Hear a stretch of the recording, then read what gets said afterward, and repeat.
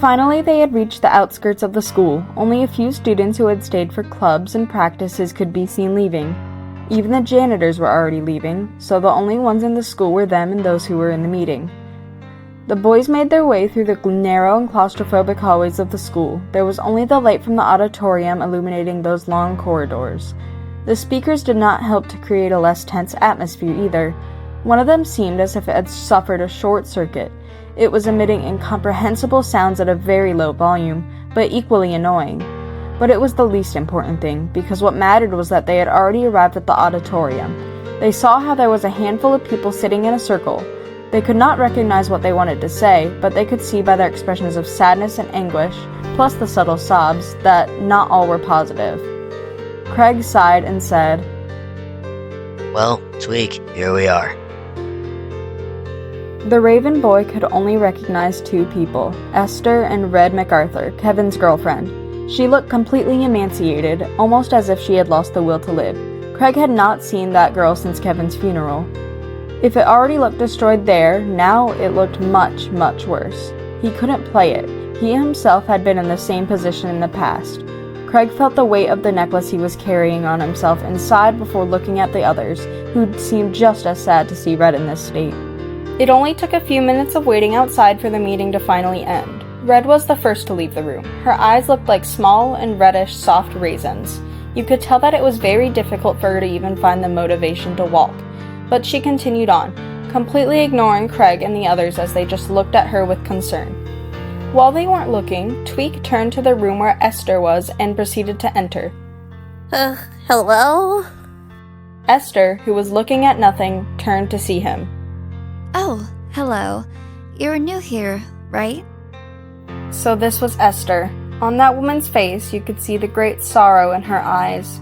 Tweak looked at how her eyes that had once seemed to be blue pearls of incalculable value had turned into another reddish raisin. She even had dark circles much bigger than her eyes. It was truly horrible to see the state of that girl. It even seemed as if she had cried even more than Red. A gentle smile adorned her face, but Tweak knew that it was not genuine. I don't remember seeing you before.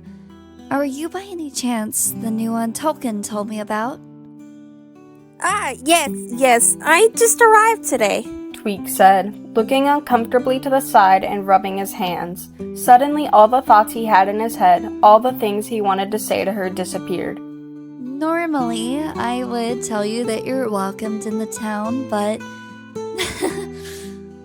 I don't think you came at the best time to live in this small town. Anyways, I think you'll find your place here, even with all the chaos of the last few days. Tweak looked at Esther. Find my place here? Could I really? No, of course not. Tweak took a seat next to Esther, who was still looking outside the school towards a forest. It was quite green and long, extending for kilometers and kilometers until it reached a dense chain of mountains that isolated the town. It did contrast well with the sunset. Tweak didn't mind the view. On the contrary, it was something new for him, and it looked absolutely beautiful. Do you seriously believe that? Of course, my brother, Kevin. He was a little strange when he was little.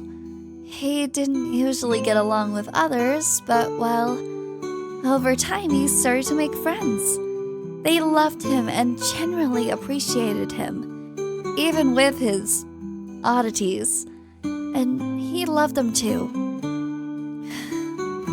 Give yourself some time. You'll be able to find your place here. I see that you found a few friends already, right? Don't worry. I trust that you'll fit in here. I trust that you will find someone who loves you. Maybe it will be tomorrow, maybe it will be in a year, but you will find everything you need here. I wanted to tell you, I'm seriously sorry for what happened to your brother, Kevin. This shouldn't have happened. It's truly unfair. Seriously, it shouldn't have happened. I don't know if you'd like a hug. Would that be okay if I... Before Tweak could finish, he felt how Esther clung to him tightly. She continued to sob. Tweek simply returned the hug. Tweek stared at her with a growing knot in his throat. He didn't know what to do in this type of situation. He had never had to go through an experience like that. He had never had to bring flowers for those who had died. For him, death was too foreign, a concept beyond his understanding, and impossible for him to one day understand.